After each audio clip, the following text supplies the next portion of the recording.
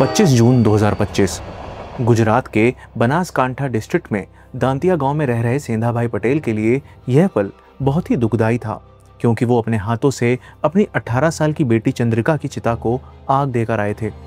ऐसे मातम के माहौल में शामिल होने आए पड़ोसी, नाते रिश्तेदारों और गांव वालों ने जब चंद्रिका की मौत की वजह जानना चाहा तो सेंधाभाई ने बताया कि उनकी बेटी हार्ट अटैक से खत्म हो गई है। चूंकि देश में कम उम्र के लोगों के हार्ट अटैक से डेथ के इंसिडेंट्स इतने कॉमन हो चुके हैं कि इस बात पर यकीन करने में किसी को मुश्किल भी नहीं हुई। एक माँ बाप के लिए सबसे बड़ा अभिशाप होता है कि उनके जीते जी उनकी औलाद उनकी आंखों के सामने से गुजर जाए, और इस केस में तो चंद्रिका की उम्र वैसे भी बहुत कम थी।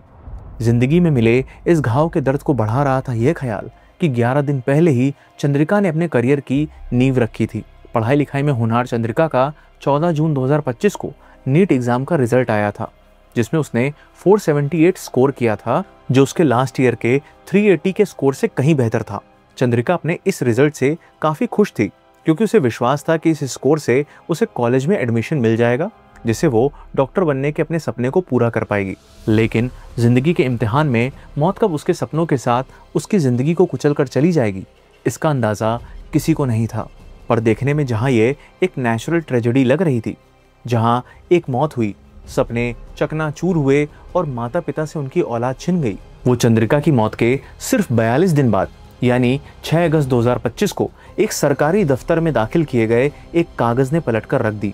उस कागज़ ने दिखाया कि कैसे सनक, अंधा जुनून और हक जताने की सोच के जहरीले कीड़े जब किसी के दिमाग में घर बना लेते हैं तो वो अपनों को ही दुश्मन समझ बैठते हैं और उनकी खुशियों के साथ उनकी सांसें तक छीन लेते हैं। Welcome to the show. My name is Shashwat and you are watching the tragic case of Chandrika Patel. 21 February 2025 Palanpur, Gujarat. Palanpur के बस स्टैंड पर खड़ी चंद्रिका हॉस्टल वापस लौटने के लिए बस के आने का वेट कर रही थी। चंद्रिका पालनपुर में नीट एग्जाम की तैयारी करने के लिए आई थी और वहां एक हॉस्टल में रह रही थी।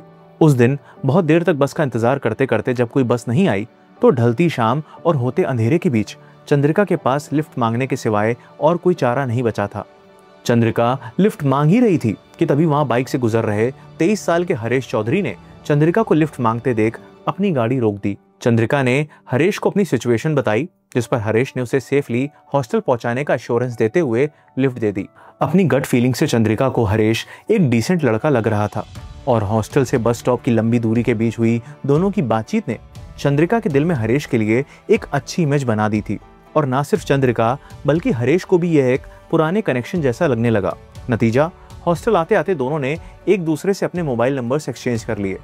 बस स्टॉप में यूं दोनों का मिलना कोई कोइंसिडेंस नहीं, बल्कि नियति में लिखी उनकी कहानी का एक हिस्सा था, क्योंकि इसके बाद से ही दोनों एक दूसरे से कभी मैसेज तो कभी कॉल पर ढेर सारी बातें करने लगे और यही बातें फिर मुलाकात और मुलाकात से प्यार में तब्दील हो गई। 18 साल की चंद्रिका और 23 साल के हरेश दोनों के बीच शुरू हुई इस रिलेशनशिप में हरेश ने अपने पास्ट को चंद्रिका से छुपाया नहीं और उसने शुरुआत में ही चंद्रिका को बता दिया कि वो शादीशुदा है और उसका एक बच्चा भी है। लेकिन रिलेशन बिगड़ने के चलते अब वो अपनी पत्नी के साथ नहीं रहता है और न ही उसका अपनी पत्नी से कोई संबंध बाकी है। हरेश की इसी सच्चाई से चंद्रिका न सिर्फ उससे और प्यार करने लगी बल्कि उस पर विश्वास भी करने लग गई थी। गुजरते वक्त के साथ दोनों इस गहराते प्यार के बीच जिंदगी भर साथ निभाने का वादा भी कर बैठे। दोनों साथ में घूमने फिरने भी लगे। कभी वो माउंट आबू गए तो कभी महसना घूमने चले गए। लाइफ के इस फेज से चंद्रिका बहुत खुश थी। वो दिन भर नीट एग्जाम की तैयारी करती और शाम को फ्री टाइम में हरेश के साथ वक्त बिताती। पर जहां सब कुछ सही चल रहा था वहां 3 महीने बाद खेले गए एक दांव ने चंद्रिका की जिंदगी की किताब के पन्नों को उसकी जिंदगी के आखिरी पलों में तब्दील कर दिया। 3 महीने बाद 5 जून 2025 परेशान हालत में चंद्रिका का परिवार गुजरात के थराड़ पुलिस स्टेशन जाता है और रोते हुए बताता है कि उनकी बेटी चंद्रिका मिल नहीं रही है। जैसे तैसे खुद को संभालते हुए चंद्रिका के पिता सेंधाभाई बताते हैं कि चंद्रिका 1 महीने पहले नीट एग्जाम देने आई थी और तब से वो अपने घर पर ही रुकी हुई थी और कल यानी 4 जून 2025 को वो घर के काम से बाहर तो गई थी पर तब से वापस नहीं लौटी है। चंद्रिका का फ़ोन भी नहीं लग रहा है और दोस्त नाते रिश्तेदारों को भी चंद्रिका की कोई खबर नहीं है। घर के आसपास के इलाके, मार्केट और जहाँ जहाँ चंद्रिका जा सकती है वो उन हर जगहों पर भी उसे ढूंढ चुके हैं, पर चंद्रिका का कोई सुराग नहीं मिला है। किडनैपिंग की आशंका से पुलिस ने तुरंत मिसिंग केस दर्ज किया और चंद्रिका का फोन सर्विलेंस पर लगाकर उसकी खोज करना शुरू कर दिया। पुलिस की फुर्ती का उन्हें फायदा भी मिला और 2 दिन बाद 6 जून 2025 को चंद्रिका की फोन की लोकेशन गुजरात के अहमदाबाद में दिखाने लगी। लेकिन जब तक पुलिस की टीम वहां पहुंचती तब तक चंद्रिका का फोन अलग अलग लोकेशंस में मूवमेंट करते हुए दिखने लगा और कुछ घंटों बाद उसकी लोकेशन राजस्थान के उदयपुर में दिखाने लगी। यह मूवमेंट उदयपुर पर ही नहीं रुकी, बल्कि उदयपुर से उज्जैन, उज्जैन से ग्वालियर, ग्वालियर से जयपुर और फिर 10 जून को राजस्थान के बालासार में दिखाने लगी, जिसके बाद चंद्रिका की लोकेशन में मूवमेंट होना बंद हो गया। इसलिए 12 जून की रात 10 बजे ब्लैक स्कॉर्पियो से पुलिस की 2 टीमें चंद्रिका के भाई हीरा भाई के साथ बालासार रिजॉर्ट पहुंच गई, जहां रिजॉर्ट के एक रूम में पुलिस को चंद्रिका के साथ हरेश मिल गया। अपनी बहन को एक लड़के के साथ देख हीरा गुस्से में भड़क उठा। हालांकि कानूनन दोनों बालिग थे, लेकिन साथ आई पुलिस ने दोनों के फोन को सीज करते हुए चंद्रिका और हरेश को अलग अलग कार में बिठा दिया, जहां से चंद्रिका को उसके घर भेज दिया गया और हरेश को थराड़ पुलिस स्टेशन ले जाया गया। Being a dry state, Gujarat में अल्कोहल के बिना परमिट कंजम्पशन, पोजेशन और सेल पर बैन है और इसी नियम को तोड़ने के चलते हरेश पर काफी पहले केस दर्ज हुआ था, जो पुलिस को पुराने रिकॉर्ड्स खंगालने में मिल गया और इसी पुराने प्रोहिबिटेड लिकर केस के बेसिस पर उन्होंने उसे जेल में डाल दिया। अगले दिन 13 जून 2025 को पुलिस के सामने चंद्रिका ने स्टेटमेंट दिया कि वो अपनी फैमिली के साथ रहना चाहती है, ना कि हरेश के साथ, और इसी स्टेटमेंट को रिकॉर्ड कर पुलिस ने केस को क्लोज कर दिया। केस की फाइल को जितनी शांति से बंद किया गया था, उसी जगह से एक ऐसा तूफान उठने वाला था जो कई जिंदगी तबाह करने जा रहा था। 21 जून 2025 को हरेश ने जेल से बेल पर बाहर आते ही अपने लॉयर की मदद से हाई कोर्ट में हेबियस कॉर्पस पिटीशन फाइल की। हेबियस कॉर्पस ये इंश्योर करता है कि किसी भी इंसान की पर्सनल लिबर्टी बिना कानूनी वजह के नहीं छीनी जा सकती। आसान भाषा में समझे तो हेबियस कॉर्पस एक ऐसा कोर्ट का हुक्म है जो पुलिस या किसी भी अथॉरिटी से कहता है कि अगर तुमने किसी को रोक कर या कैद कर रखा है तो उसे सामने लेकर आओ और सबूत दो कि तुमने ऐसा लीगली कर रखा है, और अगर तुम वैलिड वजह नहीं दे पाए तो तुम्हें उसको तुरंत रिहा करना होगा। कोर्ट ने पिटीशन अप्रूव करते हुए 27 जून की हियरिंग फिक्स की, जिसमें पटेल परिवार को चंद्रिका के साथ कोर्ट में पेश होना था। लेकिन चंद्रिका से मिलने के अरमान लिए हरेश की दुनिया एक पल में तब बिखर गई जब पटेल परिवार के वकील ने चंद्रिका की जगह उसका डेथ सर्टिफिकेट पेश कर दिया, जिसमें cause of death heart attack लिखा हुआ था। यह सुनते ही हरेश अंदर से शून्य सा हो गया और कोर्ट ने डेथ सर्टिफिकेट की लीगैलिटी को चेक करते हुए इस केस को डिस्पोज कर दिया। हरेश को अभी भी विश्वास नहीं हो रहा था कि चंद्रिका इस दुनिया में नहीं रही, इसलिए सच्चाई जानने के लिए वो चंद्रिका के घर के आसपास उसके बारे में पता लगाने लग गया, जहां सबने उसे यही बताया कि 25 जून को उसकी मौत हार्ट अटैक से हुई थी। लेकिन कहीं ना कहीं उसका दिल ये मानने को तैयार नहीं था, इसलिए उसने पुलिस स्टेशन जाकर पटेल परिवार के खिलाफ कंप्लेन दर्ज करवाई और ये आरोप लगाया कि चंद्रिका का उन्होंने मर्डर कर दिया है। 1 महीने बाद 31 जुलाई को एसपी अक्षय राज मकवाना ने इन्वेस्टिगेशन के ऑर्डर दिए और अगले दिन एएसपी सुमन ने इस केस की कमान अपने हाथों में ले ली। इन्वेस्टिगेशन काफी मुश्किल थी क्योंकि ना कोई सीसीटीवी था और ना ही फोन लोकेशन से कोई क्लू, इसलिए पुलिस ने चंद्रिका के परिवार को बुलाकर पूछताछ शुरू की, जिसमें चंद्रिका के चाचा शिवराम और कजिन नारन से भी पूछताछ की गई। पूछताछ के दौरान परिवार के बयानों में पुलिस को कुछ गड़बड़ नजर आई। तब पुलिस ने हरेश का दिया एक ऐसा सबूत उनके सामने रखा, जिसे देखते ही शिवराम और नारन का सब्र टूट गया और उन्होंने चंद्रिका की जिंदगी में परिवार की सनक और कानून की मिलीभगत से छुपे उस दर्दनाक राज को बयां करना शुरू किया। 4 मई 2025 नीट एग्जाम देने के लिए घर आई चंद्रिका एग्जाम देकर अब वापस अपने हॉस्टल जाने की तैयारी में लग गई थी। हालांकि उसके घर वालों ने चंद्रिका के लिए अलग ही प्लान बना रखे थे। एक दिन बाद यानी 5 मई को पटेल परिवार चंद्रिका को उसके कजिन की शादी में लेकर गए, लेकिन उनका असली पर्पस इस शादी को अटेंड करना नहीं, बल्कि चंद्रिका को उसके कजिन की वाइफ के भाई को दिखाना था, ताकि वो उससे चंद्रिका की शादी की बात चला सके। चंद्रिका को जब इसकी भनक लगी तो उसका मन बैठ गया, क्योंकि उसने तो डॉक्टर बन हरेश के साथ शादी करने के सपने सजा रखे थे। शायद इन बीते समय में वो ये भूल गई थी कि उसका परिवार किस विचारधारा का था। पूर्व सरपंच रहे सेंधाभाई पटेल स्ट्रिक्ट और ओल्ड आइडियोलॉजी से इन्फ्लुएंस थे।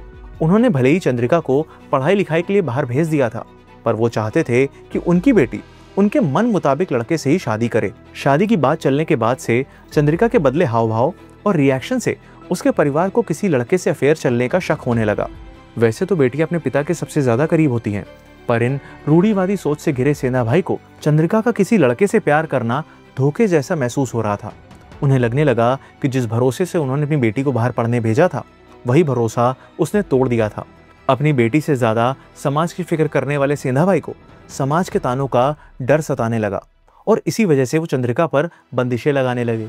कभी वो कुछ दिन के लिए उसका फोन अपने पास रख लेते, तो कभी घर से निकलने में रोक लगा देते। इतना ही नहीं, वो चंद्रिका पर जोर डालने लगे कि वो उनकी मर्जी के लड़के से ही शादी करेगी। आखिरकार चंद्रिका ने परिवार की इन बेमतलब की बंदिशों से परेशान होकर अपनी मर्जी और अपने पसंद के लड़के से शादी करने की बात घर वालों के सामने रख दी। अब ऐसे में समाज की दुहाई लेकर वो रिश्तेदार आ गए जो आग में घी डालने का काम करते हैं। चंद्रिका के चाचा शिवराम ने तो ताने मारे कि उन्होंने सबको पहले ही चेतावनी दी थी कि आजकल लड़कियां कॉलेज जाकर बॉयफ्रेंड बनाती हैं और फिर उनके साथ वो घर से भागकर शादी कर लेती हैं। इन सब तानों का असर सेना भाई पर इस कदर हुआ कि उन्होंने चंद्रिका की पढ़ाई पर पूरी तरह से रोक लगा दी और उस पर शादी करने का दबाव डालने लगे। ना उसे कोचिंग और ना ही वापस कॉलेज जाने दिया गया, जबकि एग्जाम के बाद चंद्रिका को हॉस्टल वापस लौटना था। चंद्रिका को उसके सपने आंखों के सामने बिखरते हुए दिख रहे थे।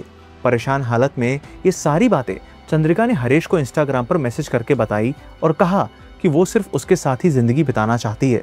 15-20 दिन बाद हरेश और चंद्रिका ने फाइनली साथ में भागने का प्लान बनाया।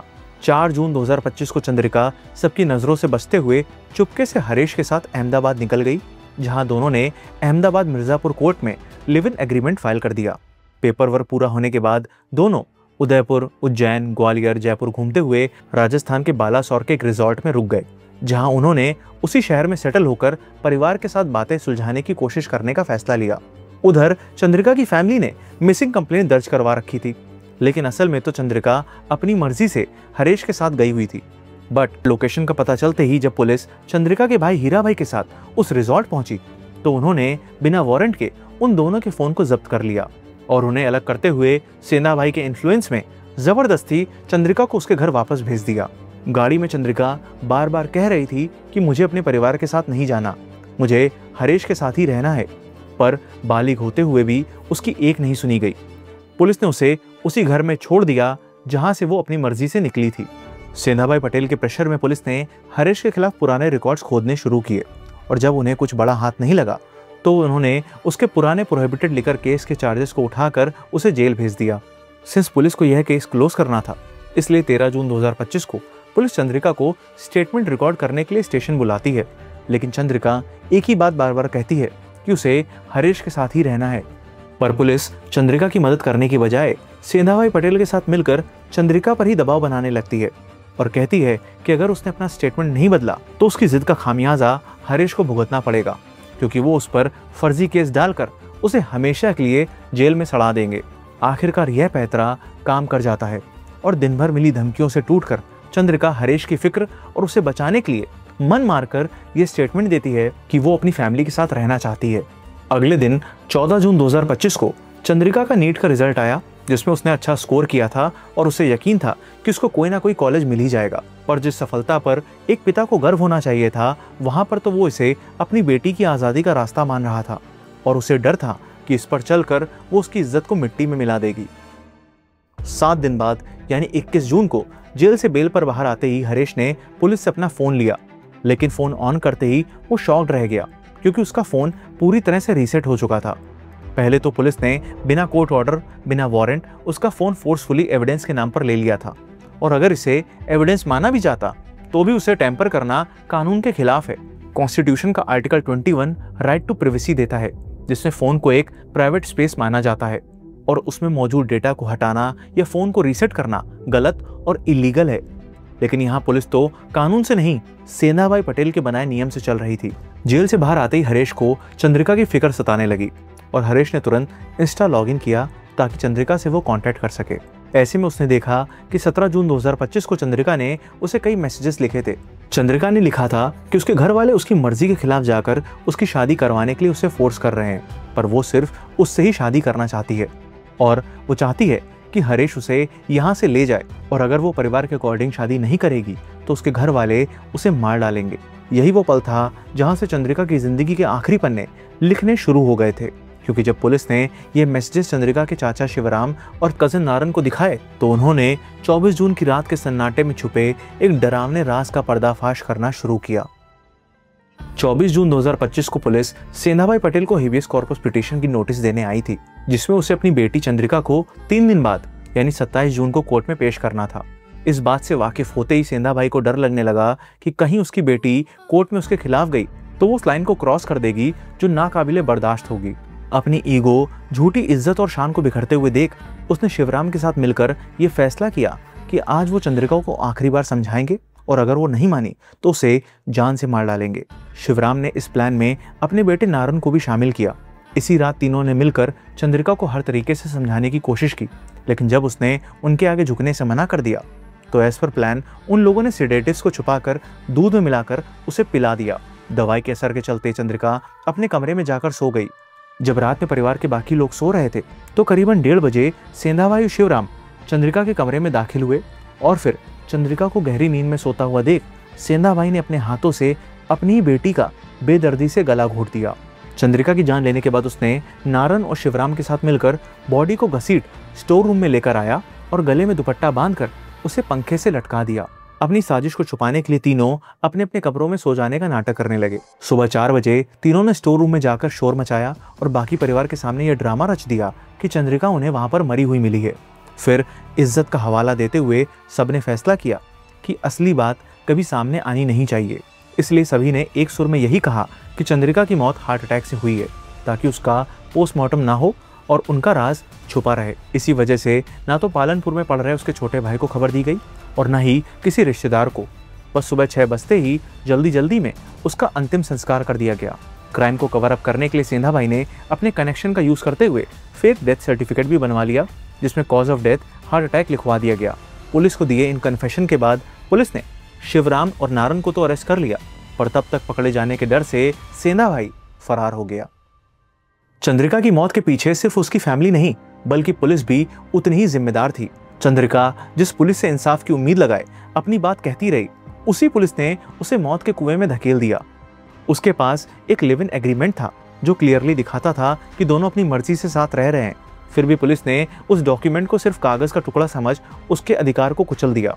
पुलिस का फर्ज था चंद्रिका को प्रोटेक्ट करना, लेकिन उन्होंने उसे उसी परिवार के हवाले कर दिया और अंजाम, एक लड़की, उसके सपने, उसकी पूरी जिंदगी सिर्फ इसलिए मिट्टी में मिला दी गई क्योंकि कानून परिवार के प्रेशर और पैट्रियार्की के बोझ तले झुक गया। अक्सर माँ बाप सोचते हैं कि बच्चों को बंदिशों में रखकर उन्हें अपने मन मुताबिक ढाल देना ही सही परवरिश है ताकि समाज में उनका नाम रोशन हो, लेकिन असली इज्जत बच्चों की खुशी और उनके जीने के अधिकार को दबाकर नहीं मिलती। बेटियों पर अक्सर इसका सबसे बड़ा बोझ डाल दिया जाता है कि उनकी जिंदगी के फैसले भी समाज और परिवार तय करे, और इसी सोच से ऑनर किलिंग जैसा पाप जन्म लेता है। कुछ वक्त पहले हमने Radhika Yadav murder case cover किया था, जिसमें इस मुद्दे से जुड़ी कई बातें डिटेल में की हैं और ऐसे मामलों में माँ बाप के साथ बच्चों की भी नैतिक जिम्मेदारी पर डिस्कशन किया है।